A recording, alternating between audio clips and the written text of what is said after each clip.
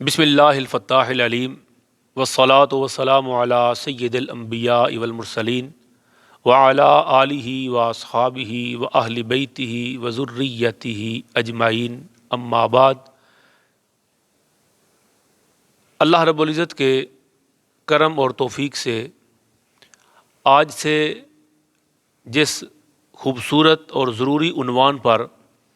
ہم سلسلہ وار گفتگو کا آغاز کرنے جا رہے ہیں، وہ عنوان ہے رسم و رواج کی شرعی حیثیت۔ یہ ایک ایسا عنوان ہے کہ جو ہر گھر کی ضرورت ہے، پورے اسلامی معاشرے کی ضرورت ہے، اور فرد سے لے کر پورا معاشرہ رسم و رواج کی لپیٹ میں ہے۔ اور یہ ایسا عنوان ہے کہ جس پر بہت زیادہ گفتگو کی اور رہنمائی کی ضرورت تھی، اور جس پر بہت کم مواد عوام کو اور حضور صلی اللہ تعالیٰ علیہ وسلم کی امت کو پیش کیا گیا۔ ہم نے ضروری سمجھا کہ اس اہم عنوان پر سلسلہ وار گفتگو کا آغاز کیا جائے۔ اس سلسلے میں آج ہماری ابتدائی گفتگو ہے اور یہ پہلی نشست ہے، تو اس میں آج ہم ابتدائیہ کے طور پر رسم و رواج کی تعریف، رسم و رواج کا معنی اور مفہوم آپ کی خدمت میں پیش کرنے کا شرف حاصل کریں گے۔ بہت سادی اور پہلی بات رسم و رواج کی تعریف میں یہ یاد رکھنے والی ہے کہ معاشرے میں جو عادات معروف اور مشہور ہو جائیں انہیں رسم و رواج کہتے ہیں۔ یعنی کوئی بھی بندہ ہے، ہر گھر کی ضرورت ہے، ہر معاشرے میں، ہر خاندان میں یہ سلسلہ چلتا ہے کہ یہ ہماری رسم ہے، نہیں جی یہ ہمارا رواج ہے، یہ تو ہم پورا کریں گے، یہ ہماری رسم ہے، اس کو تو ہم نہیں چھوڑ سکتے۔ تو رسم و رواج کہتے کسے ہیں؟ پہلی بات یہ یاد رکھنے والی ہے کہ معاشرے میں، کسی معاشرے میں جو عادت معروف ہو جائے اسے رسم اور رواج کہتے ہیں۔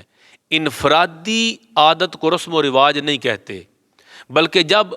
یہ عادات اجتماعی سطح پر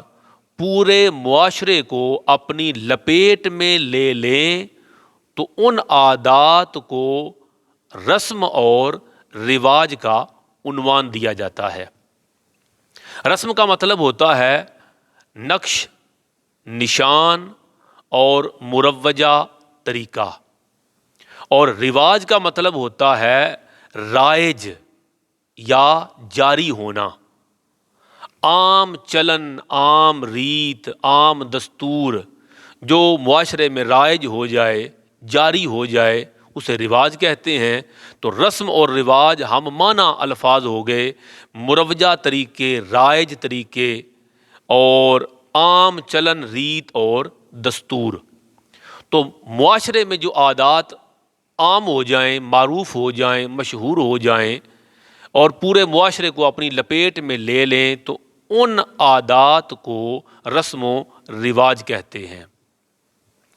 اب اس عنوان کو سمجھنے کے لیے ضروری ہے کہ یہ بھی جانا جائے کہ رسم و رواج کے لیے عربی لٹریچر میں کون سے الفاظ یوز ہوتے ہیں۔ تو عربی لٹریچر میں اس کے لیے العادتی والعرف کے الفاظ معروف ہیں۔ عادت اور عرف، جب ہم عربی لٹریچر سے، قرآن و سنت سے، فقہا کی عبارات سے رہنمائی لینا چاہیں گے رسم و رواج کے حوالے سے، تو پھر ہمیں الفاظ ملیں گے العادت اور العرف۔ اس کے لیے بے شمار حوالے ہیں۔ اگر میں عرض کروں تو بخاری شریف میں جب حضرت ابو سفیان کی زوجہ حضور پاک کی خدمت میں آئیں اور عرض کیا کہ میرے شوہر ایک کنجوس آدمی ہیں، وہ مجھے اور بچوں کو خرچہ نہیں دیتے، تو میں کیا خود ان کے مال سے لے سکتی ہوں؟ تو حضور صلی اللہ تعالیٰ علیہ وسلم نے فرمایا خذی ما یکفیکی و والدیکی بالمعروف، معروف طریقے کے مطابق تم اپنے اور بچوں کے لیے اس کے مال سے لے سکتی ہو۔ معروف طریقہ جس کی عادت ہے، یعنی معاشرے میں ایک فیملی جتنا خرچہ کرتی ہے، جتنے خرچہ کرنے کا رواج ہے، جتنی رسم ہے، جتنی عادت ہے، جتنا معاشرے میں معروف ہے، تو اتنا تم اپنے شوہر کے مال سے لے سکتی ہو۔ تو حدیث پاک میں جو رسم رواج کے لیے لفظ آیا وہ آیا بالمعروف۔ اسی طرح اگر ہم جائیں علامہ ابن نجیم حنفی مصری رحمۃ اللہ تعالی علیہ، تو آپ الاشباح والنظائر میں اس کے لیے جو لفظ استعمال کرتے ہیں وہ کرتے ہیں کہ ان اعتبار العادتی والعرف، عادت اور عرف، ان الفاظ کو رسم و رواج کے لیے آپ نے استعمال کیا۔ علامہ ابن عابدین شامی رحمۃ اللہ تعالی علیہ شرح عقود رسم المفتی کے اندر اس کے لیے عرف کا لفظ استعمال فرمایا۔ یہ بات جاننی ضروری ہے، جب ہم عربی لٹریچر سے رہنمائی لیں گے، قرآن و سنت سے رہنمائی لیں گے، تو وہاں رسم و رواج کا لفظ تو استعمال نہیں ہوگا، تو وہاں ہمیں لفظ کیا ملے گا؟ عادت اور عرف۔ بخاری شریف کے اندر بھی جب ابن زبیر اپنی زمین سیراب کرنے کے حوالے سے ایک انصاری کے ساتھ معاملہ ہوا، تو وہاں پر بھی حضور صلی اللہ تعالیٰ علیہ وسلم نے یہی فرمایا کہ فَأَمْرَهُ بِالْمَعْرُوفِ، کہ زمین کو جو سیراب کرنا ہے وہ کتنا ٹائم لینا ہے؟ تو کہا جو معروف ہے، جتنا ٹائم لینے کی عادت ہے، جو رسم و رواج ہے، اس کے مطابق تم اپنے کھیت کو سیراب کرو۔ تو یہ بخاری شریف کے اندر ہے۔ فتاوی ابن تیمیہ کے اندر بھی بالعرف کا لفظ رسم و رواج کے لیے استعمال کیا گیا، اور اسی طرح امام سرخسی رحمۃ اللہ تعالی علیہ نے المبسوط کے اندر بھی اسی بالعرف کو رسم و رواج کے لیے استعمال کیا، اور اسی کو امام شافعی علیہ رحمت نے، امام سیوطی علیہ رحمت نے، اور دیگر ائمہ اہل بیت اطہار نے، اور ائمہ اہل سنت نے، اور ائمہ اسلام نے اس کے لیے عرف اور عادت کے لفظ کو استعمال کیا۔ تو پہلی بات، جب ہم رسم و رواج پر بات کریں گے تو یہ ہمیں ذہن نشین کرنا پڑے گا کہ عربی لٹریچر میں اس کے لیے عادت اور عرف کا لفظ استعمال ہوگا۔ تیسری بات، کسی معاشرے میں جس چیز کا رواج ہو جائے، لوگ جس کام کو کرنے کے عادی ہو جائیں، تو وہ ظاہر ہے جب وہ عادی ہو گئے تو اسے وہ اچھا سمجھنے لگ جائیں گے، اور پھر وہ معاشرے میں ایک رواج پکڑ لے گا، لوگوں کی عادت بن جائے گی۔ جب عادت بن جائے گی تو پھر وہ لوگ اس کو ضروری خیال کر لیتے ہیں، پھر اندھا دھند اس کی تقلید کی جاتی ہے، پھر یہ نہیں دیکھا جاتا کہ یہ رسم یا رواج یہ درست بھی ہے یا نہیں، کیا غلط رسم و رواج کی پیروی تو نہیں کی جا رہی۔ تو معاشرے میں عادت عام ہو گئی، لوگوں نے اس کو اچھا سمجھ لیا، ظاہری بات ہے عام ہو گئی، ہر بندہ وہی کام کرتا ہے، اسی روٹین سے کرتا ہے، تو وہ اچھا سمجھ کے کرتا ہے، تو اچھائی برائی مٹ گئی۔ قرآن کریم یہ ارشاد فرماتا ہے سورۃ المائدہ آیت نمبر 104 کے اندر کہ آباء و اجداد کی جو ناجائز رسمیں ہوں وہ پوری نہیں کی جائیں گی، یعنی جو دین آپ کو باپ دادا سے ملا اس کی اندھی تقلید نہیں کی جائے گی، بلکہ اسے قرآن و سنت پہ پیش کیا جائے گا۔ اپنی ہر عادت کو، اپنے ہر عرف کو، اپنی ہر رسم اور رواج کو اللہ رسول کے سامنے پیش کیا جائے گا، جس کی تائید ملے اس پہ عمل کیا جائے گا، اور جس کی تردید ملے اس کو چھوڑ دیا جائے گا۔ مصطفیٰ جان رحمت صلی اللہ تعالی علیہ وآلہ وسلم عرب کے جس خطے میں تشریف فرما ہوئے، وہاں بھی دنیا کے دیگر معاشروں کی طرح رسم و رواج کی جڑیں انتہائی مضبوط تھیں۔ میرے اور آپ کے آقا علیہ الصلوۃ والسلام نے کیا کیا؟ اعلان نبوت کے بعد ان رسم و رواج کی اصلاح کی طرف جب متوجہ ہوئے تو پہلے نمبر پر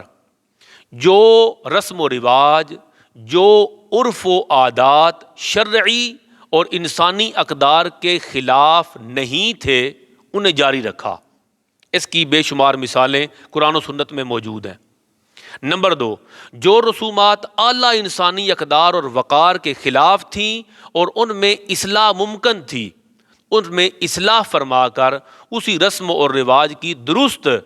نہج کو جاری فرما دیا، درست حیت اور شکل کو کرنے کا اجازت دے دی، حکم فرما دیا یا اس کی گنجائش ارشاد فرما دی۔ تیسری صورت وہ تھی کہ وہ رسومات کہ جو اصلاح طلب نہ تھیں، حضور صلی اللہ تعالیٰ علیہ وسلم نے ان کو کلیتاً اسلام سے نکال دیا۔ تو معاشرتی رسومات میں افراط و تفریط کے خوبصورت عنوان پر جو سلسلہ وار گفتگو کا آغاز کر رہے ہیں، اس کی اہمیت اور اس کو بیان کرنے کی وجہ اور مقصد ہی فقط یہ ہے کہ ہم افراط و تفریط کا شکار ہو گئے رسم و رواج کے باب میں۔ ایک انتہا یہ بنی کہ وہ ہر رسم اور رواج کو مطلقاً حرام کہتے ہیں۔ ہمارے معاشرے میں ایک طبقہ ہے مذہبی اور علمی رجحان ہے ایک، کہ جب کہا جائے یہ رسم اور رواج ہے وہ کہتے ہیں ناجائز ہے، جب رسم ہے تو ناجائز ہے، رواج ہے تو ناجائز ہے۔ ایک حد یہ ہے، اور دوسری حد اس میں یہ ہے کہ جو ہمارے معاشرے کے اندر موجود ہے کہ جملہ رسومات کی اندھی تقلید کی جائے،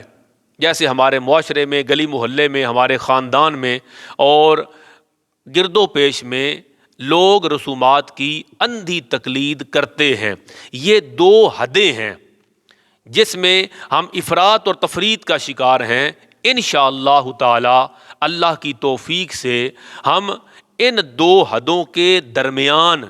راہ اعتدال جو شریعت محمدی کا رستہ ہے، جو حضور صلی اللہ تعالیٰ علیہ وآلہ وسلم کا بتایا ہوا نہج ہے، اس پر انشاءاللہ تعالی ہر رسم اور رواج کو تولیں گے اور پھر اس کا اصل شرعی حکم اعتدال کے ساتھ آپ کی خدمت میں پیش کرنے کی سعادت حاصل کریں گے۔ اور ہمارا یہ سلسلہ انشاءاللہ تعالی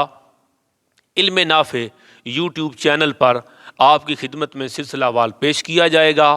اور اس پر جملہ جو ہماری گفتگو ہوگی اور ساری نشستوں کے جو لنکس ہوں گے انشاءاللہ ہم ویڈیو کی ڈسکرپشن میں دے دیا کریں گے، اور آپ سے التماس ہے کہ اس پر جو ضروری وضاحت آپ طلب کرنا چاہیں وہ کمنٹس کے اندر وہ درج کریں، انشاءاللہ ہم ان کو ایڈریس کریں گے۔ اللہ رب العزت ہمیں رسم و رواج پر